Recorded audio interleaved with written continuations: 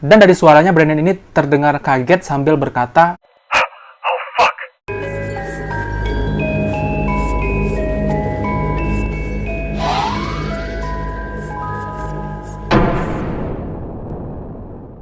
Hey guys, welcome back to my channel.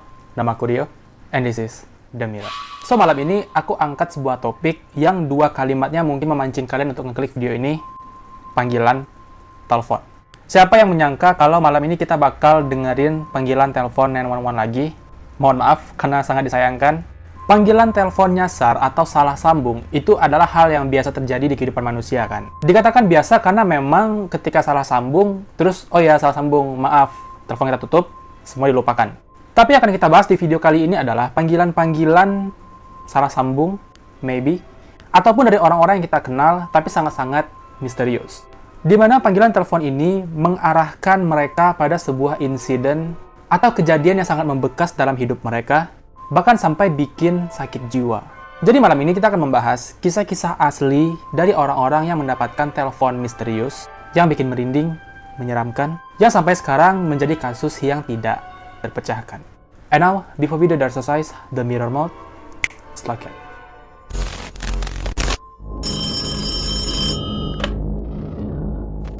Kita mulai dengan perkara kejadian yang terjadi di Indonesia, di mana warga-warga Indonesia mendapatkan panggilan telepon misterius dari luar negeri. Kejadian ini terjadi pada tahun 2018 silam, yang kita ambil beberapa warga Indonesia yang mendapatkan panggilan telepon ini. Yang pertama ada Pak Imam, warga Depok, mendapatkan notif panggilan tidak terjawab di ponselnya dari nomor plus 2613451768837 pada hari Jumat 30 Maret 2018. Dan dari kodenya, panggilan telepon itu berasal dari Madagaskar. Dan karena merasa heran, curiga, nggak yakin, Pak Imamnya ini nggak ngangkat telepon itu dan biarkan itu menjadi panggilan tidak terjawab. By the way, dia dapat panggilan ini jam 9 malam. Yang kedua ada Lili dari Jakarta yang menerima panggilan telepon jam 17.50. Tapi bedanya Lili ini ditelepon dari nomor plus 2428011304771 yang berasal dari Kongo.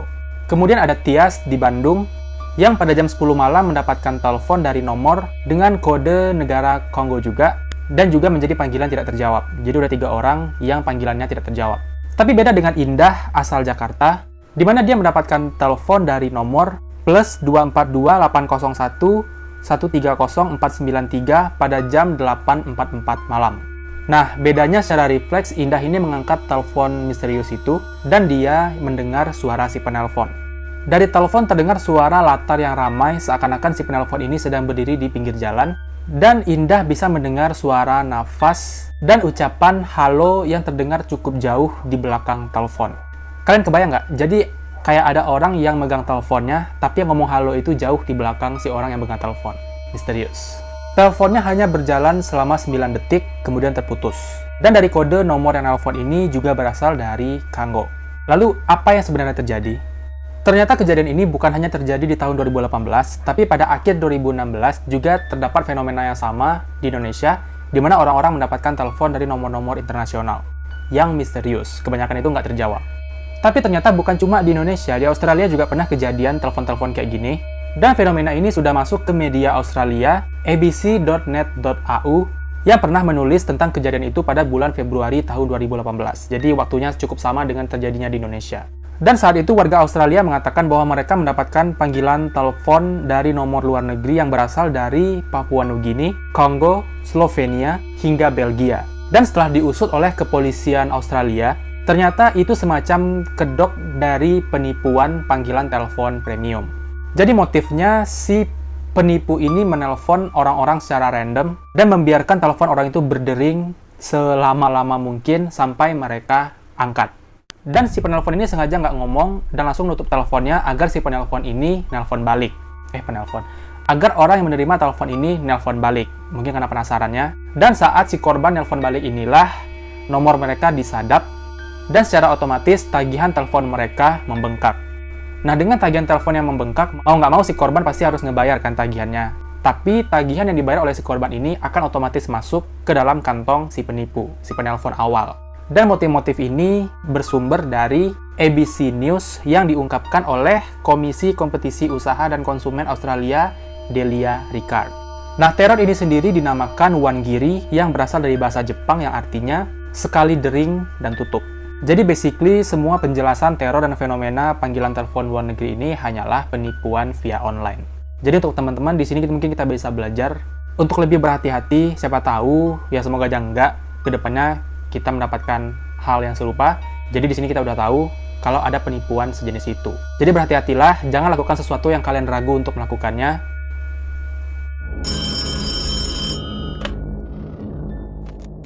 Seorang pria berusia 19 tahun bernama Brandon Swanson yang kuliah di Minnesota West Community and Technical College dan dia merupakan mahasiswa semester akhir, jadi hampir-hampir lulus. Nah, pada 14 Mei 2008, pada malam harinya si Brandon ini baru keluar dari kampusnya dan mungkin berniat untuk pulang ke rumah menggunakan mobil pribadinya.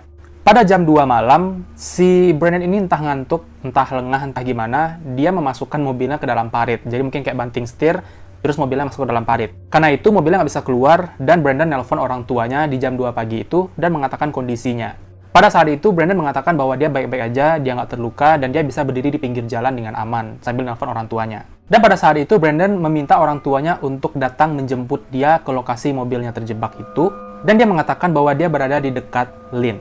Sembari menunggu orang tuanya datang, teleponnya tetap terhubung, dan si Brandon ini nggak mencoba untuk jalan. Dia tetap nunggu di dekat mobilnya sambil mungkin jalan-jalan kecil di jalan-jalan kerikil, bukan di aspal. Sembari tetap terhubung di telepon, orang tua Brandon langsung menuju ke lokasi di mana Brandon berada. Dan pada saat orang tua Brandon sudah ada di titik lokasi, dia nggak ngelihat Brandon dan mobilnya di mana. Begitu juga dengan Brandon, dia nggak ngelihat orang tuanya datang. Padahal mereka sama-sama mengatakan bahwa mereka di tempat yang sama. Nah, untuk mengode orang-orang ini, Brandon menghidupkan lampu mobilnya untuk tanda, dan orang tuanya melakukan hal yang sama juga, ngidupin lampu mobil, tapi tetap mereka nggak ngelihat. Nah, karena Brandon mikir mungkin orang tuanya sampai di lokasi yang berbeda, tapi memiliki ciri-ciri yang sama, akhirnya Brandon mengatakan pada orang tuanya untuk bertemu di kota, di sebuah bar lokal yang ditunjukkan oleh si Brandon. Akhirnya orang tuanya setuju, Brandon pun mencoba jalan kaki untuk menuju ke kota, ke bar itu. Akhirnya orang tuanya setuju, orang tuanya langsung cus menuju ke bar, begitu juga dengan Brandon. Tapi di tengah-tengah jalan, di teleponnya ini orang tuanya mendengar Brandon tiba-tiba mengatakan kayak dia ngelihat cahaya mendekat, dan dari suaranya Brandon ini terdengar kaget sambil berkata, "Oh fuck." Dan itulah kata-kata terakhir Brandon di telepon sampai akhirnya teleponnya mati, terputus, dan orang tua Brandon pastinya kaget dengar ekspresi anaknya seakan-akan kayak bertemu sesuatu yang berbahaya. Dia pun langsung nyoba nelpon si Brandon balik, tapi teleponnya nggak pernah diangkat. Pada saat itu orang tua Brandon panik dan dia langsung melapor kepada polisi tentang anaknya yang mungkin dalam bahaya. Tapi sayangnya polisi mengatakan bahwa mereka harus menunggu 24 jam untuk memastikan kalau Brandon ini benar-benar hilang. Itu kayaknya aturan lama banget dari kepolisian, harus nunggu 24 jam dulu. Kita gitu juga nggak sih? Meskipun polisi udah menarik catatan ponsel dari orang tua Brandon dan mereka mendapatkan ping lokasi Brandon berada di dekat Porter yang berjarak 25 mil dari tempat Brandon terakhir mengatakan di mana dia. Dan setelah itu ditemukanlah mobil Brandon berada di daerah Taunton. Nah, di lokasi ditemukannya mobil Brandon pun setelah diinvestigasi oleh polisi, ternyata arah Brandon terakhir berada dengan arah mobilnya jalan maju ke depan itu berlawanan arah. Jadi Brandon jalan arah ke sana, mobilnya arah ke sana.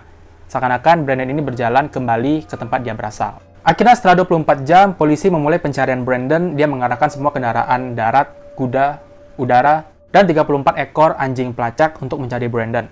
Tapi setelah dilakukan pencarian pun, keberadaan Brandon nggak bisa ditemui, bahkan sedikit pun petunjuknya. Bahkan ponselnya juga nggak ditemukan, padahal lokasi ponselnya udah kelacak di GPS polisi. Orang tua Brandon bersaksi pada saat ditelepon, Brandon ini sempat mengatakan bahwa dia berjalan melewati pagar dan mendengar suara air yang mengalir. Dan dari kesaksian orang tua Brandon ini, polisi menyimpulkan bahwa mungkin Brandon ini berjalan di sepanjang sungai Pengobatan Kuning. Aku nggak tahu Pengobatan Kuning ini entah salah translate atau ada nama aslinya. Karena itulah ada teori yang mengatakan kalau Brandon ini mungkin terpeleset di sungai, kemudian jatuh, dan hanyut. Tapi pencarian di sungai pun tidak menunjukkan tanda-tanda kalau Brandon ini ada di sana.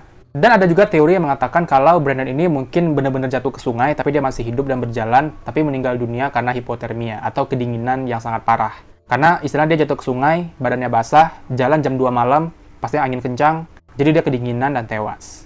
Tapi yang membuat kasus ini menjadi lebih misterius adalah kesaksian orang tua Brandon yang mengatakan bahwa Brandon ini berkata dia melihat cahaya terang mendekat padanya Dan setelah itu dia langsung berekspresi kaget, seakan-akan dia melihat sesuatu yang berbahaya atau mengerikan di depan dia. Dan habis itu teleponnya terputus. Sampai saat sekarang ini, kasus Brandon masih berjalan dan masih dalam pencarian. Meskipun udah 13 tahun lamanya, Brandon masih belum ditemukan. Menurut kalian apa yang terjadi pada Brandon? Apakah dia diculik oleh alien? Atau mungkin dia diculik manusia biasa, pembunuh? Tapi apapun itu, masih ada harapan untuk Brandon ditemukan dan mungkin hidup. Jadi kita doakan aja semoga Brandon masih hidup dan ditemukan. Untuk sekarang, kita lanjut. Pada tahun 1931, William Wallace mendapatkan panggilan telepon dari seorang pria yang mengaku bernama R.M. Qualtrough, di mana RM ini meminta untuk bertemu dengan William di sebuah tempat besok hari jam setengah 8 malam karena mereka ingin membicarakan tentang asuransi. Nah, karena kebetulan William ini bekerja sebagai biro asuransi, jadi dia nggak ngerasa curiga dan menganggap kalau panggilan ini tak lebih hanya sekedar urusan pekerjaan. Nah, William pun setuju dan berangkatlah William jam setengah 8 malam esok harinya untuk bertemu dengan si RM Qualtrough di sebuah alamat yang diberikan oleh si RM ini. Tapi sesampainya di lokasi alamat yang ditunjukkan oleh si RM Qualtrough, William nggak menemukan siapapun di sana yang menunggu, dan setelah ditunggu pun nggak ada yang datang. Akhirnya William kembali ke rumah karena mungkin mikir si RM ini ada urusan atau apa yang membuat deal mereka nggak jadi. Tapi alangkah kagetnya William Wallace ketika dia menemukan di rumahnya pemandangan yang sangat-sangat mengejutkan. Di mana William ini melihat istrinya udah tergeletak sambil bersimbah darah. William sempat dituduh sebagai pelaku pembunuhan istrinya sendiri, tapi akhirnya dia dibebaskan karena kurangnya bukti. Tapi akhirnya sampai sekarang nggak diketahui siapa pembunuh asli dari istri William, siapa yang menelpon itu, siapa RM Qualtrough ini, dan apakah RM Qualtrough ini beneran pembunuh istrinya, ataukah itu dua orang yang berbeda yang nggak ada hubungan sama sekali? Apa pendapat kalian tentang kisah ini? Komen di bawah. Apa yang akan kalian lakukan ketika kalian menjadi korban yang mendapatkan panggilan telepon misterius selama 9 tahun, sampai-sampai membuat kalian gila? Nah, kisah ini terjadi pada seorang pria yang bernama Bashir Khouchaji, orang Suriah yang dibesarkan di Lebanon. Selama tinggal di Amerika, Bashir membuka sebuah restoran yang bernama Marrakesh Restaurant di Washington, D.C. Si Bashir ini pindah ke Amerika pada tahun 1970-an dan dia mulai mendapatkan panggilan telepon misterius dari tahun 1983. Si penelpon misterius ini mendapat julukan LN1 yang berarti anak kecil karena Bashir mengatakan si penelpon misterius ini kerap menirukan suara anak kecil perempuan. Pada awal-awal si penelpon misterius ini mulai nelpon Bashir, dia nggak ada ngomong, dia cuma kayak dengerin suara nafas, dia cuma diam, habis itu panggilan ditelepon, habis itu teleponnya ditutup. Tapi lama-kelamaan panggilan ini berubah menjadi gangguan dan ancaman. Di mana Bashir ini mendapatkan ancaman kalau dia akan dibunuh, dia akan diikuti, atau dia ditunggu di sebuah tempat, jadi berhati-hatilah. Bahkan bukan cuma Bashir, tapi anggota keluarga Bashir pun mendapatkan sasaran dari telepon misterius ini. Dengan suara yang sama, yaitu suara anak kecil yang dibuat-buat. Jadi dia tuh orang dewasa, tapi nirukan suara anak kecil perempuan gitu guys. Creepy. Bashir terus mendapatkan panggilan itu selama 9 tahun non-stop, di mana tiap harinya dia mendapatkan sekitar 15-20 panggilan telepon. Tapi semakin parah ketika bukan cuma ditelepon, tapi mobil, properti rumah, milik Bashir itu sering menjadi sasaran keisengan si penelpon ini. Di mobil Mercedes Bashir sering ada kerusakan kayak lecet, goresan, spion yang pecah, kaca jendela yang pecah. Dan di setiap kejadian-kejadian itu selalu ada gambar bintang Daud yang merupakan simbol bendera Israel. Dan pernah ada kejadian mobil si Bashir ini, mobil jeepnya itu terbakar karena disabotase. Dan karena merasa semua kejadian ini udah melewati batas, akhirnya Bashir melaporkan ke FBI untuk menangkap si pelaku penelpon ini. Dan sejak saat itu, panggilan telepon yang masuk ke nomor Bashir itu disadap oleh FBI. Dan dalam kurun 1,5 tahun, telah masuk lebih dari 3.000 panggilan telepon beserta rekamannya. Tapi dari 3.000 rekaman telepon itu, nggak satu pun yang bisa mengarahkan FBI ke lokasi di mana si penelpon itu berada. Bahkan FBI pun kesulitan untuk menetapkan siapa tersangka dari panggilan telepon yang meresahkan itu. Akhirnya, karena semua jalan kehidupan Bashir yang sangat nggak enak ini, dia mengalami sakit jiwa dan harus dirawat di rumah sakit jiwa untuk rehabilitasi. Dan sampai sekarang pun, siapa pelaku telepon misterius yang meresahkan, yang menargetkan si Bashir ini nggak tahu dalam urusan apa, entah punya dendam apa, dan sampai sekarang pun tidak teridentifikasi dan tidak ditemukan. Menurut kalian, apa motif dari pelaku? Apa yang terjadi sebenarnya? Kalau kalian punya teori, coba komen di bawah. Next, pada bulan September tahun 2008, terjadi sebuah kecelakaan di California, Amerika Serikat, antara kereta komuter yang melewati Chatsworth yang bertabrakan dengan kereta pengangkut barang. Akibat kecelakaan ini, 25 orang tewas dan 135 orangnya terluka parah. Dan dari semua korban dari kecelakaan ini, Charles Pick adalah orang terakhir yang ditemukan dalam keadaan telah meninggal dunia 12 jam setelah kecelakaan terjadi. Tapi anehnya, 11 jam pertama, pihak keluarga Charles mendapatkan panggilan telepon dari Charles sendiri, dan total ada 35 panggilan ke pihak keluarga Charles, ibunya, adiknya, tunangannya, sepupunya. Dan telepon dari Charles ini berbunyi sepanjang malam, selama 11 jam itu. Nah, keluarga Charles tahu kalau Charles Pick ini ada di dalam kereta ketika kecelakaan itu terjadi, dan semua keluarga ini merasa depresi dan kayaknya yakin kalau Charles ini mungkin udah nggak selamat lagi karena separah itu kecelakaannya. Tapi akhirnya keluarga Charles mendapatkan harapan dengan masuknya panggilan telepon dari Charles, dan keluarga Charles yakin bahwa Charles ini masih hidup, dan mereka langsung menemui polisi atau petugas di lokasi kejadian untuk kembali mencari jasad Charles yang pada saat itu pencariannya udah selesai, karena memang cuma Charles yang nggak ditemukan. Petugas pun setuju dan melakukan pencarian Charles Pick di kereta api bekas kecelakaan itu, dan mereka mengandalkan panggilan telepon dari Charles. Jadi keluarganya ini nelpon balik ke Charles, dan mereka melacak dari suara ponsel dan getaran dari handphone Charles. Dan berkat panggilan telepon itulah, mereka semua menemukan Charles yang sudah meninggal dunia. Jadi yang ditemukan itu jasad Charles dalam keadaan tubuh yang sangat-sangat mengenaskan. Dan dari analisa tubuh Charles, kondisi jasadnya diidentifikasi dan disimpulkanlah bahwa Charles ini meninggal dunia beberapa menit setelah kecelakaan itu terjadi. Ya, mengejutkan kalau misalnya kalian nggak kaget. Karena Charles ini nelpon keluarganya sejak 11 jam. Padahal dari kondisi jasadnya, Charles ini setelah meninggal beberapa menit setelah kecelakaan. Lalu siapa yang nelpon selama 11 jam itu? Dan anehnya lagi, telepon Charles nggak ditemukan di area di mana Charles ditemukan. Yang harusnya ponsel itu ada di dekat Charles, karena memang mereka menemukan Charles ini berdasarkan dering dan getaran dari teleponnya. Tapi mereka nggak menemukan ponsel Charles. Jadi, apakah mungkin arwah Charles lah yang menelpon keluarganya dan meminta bantu untuk menemukan jasadnya? Menurut kalian gimana? Komen di bawah. So guys, jadi itu adalah beberapa kisah-kisah asli dari panggilan-panggilan telepon misterius. Aku kembalikan kepada kalian, menurut kalian gimana tentang kasus-kasus yang kita bahas malam ini? Coba komen pendapat kalian di bawah. Kalau aku pribadi, dari semua kasus yang kita bahas, aku sangat tertarik dengan Brandon Swanson, karena aku sangat-sangat suka dengan kasus orang hilang. Kira-kira apa cahaya yang dia lihat itu, dan apa yang dia lihat sampai ekspresinya shock, kaget, takut. Apakah ada sesuatu yang menghampirinya yang sangat-sangat mengerikan? Aku minta pendapat kalian, coba tulis di bawah. So, itu dulu video kita pada hari ini. Seperti biasa, klik like-nya kalau suka, dislike kalau tidak. Subscribe channel ini untuk berlangganan, dan klik loncengnya untuk dapat notifikasi kalau ada video baru. Jangan lupa tinggalkan komentar, kritik, dan saran untuk kemajuan channel ini. Dan jangan lupa share video ini ke teman-teman yang lain. Terima kasih sudah menonton, dan sampai jumpa di video-video selanjutnya. Bye.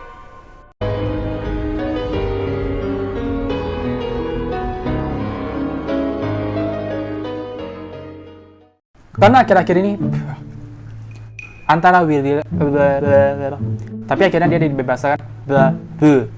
Siapa yang kira kalau kita malam ini bakal dengarkan rekaman panggilan telepon yang setelah dilakukan pencarian akhirnya 1 jam sebelum Charles.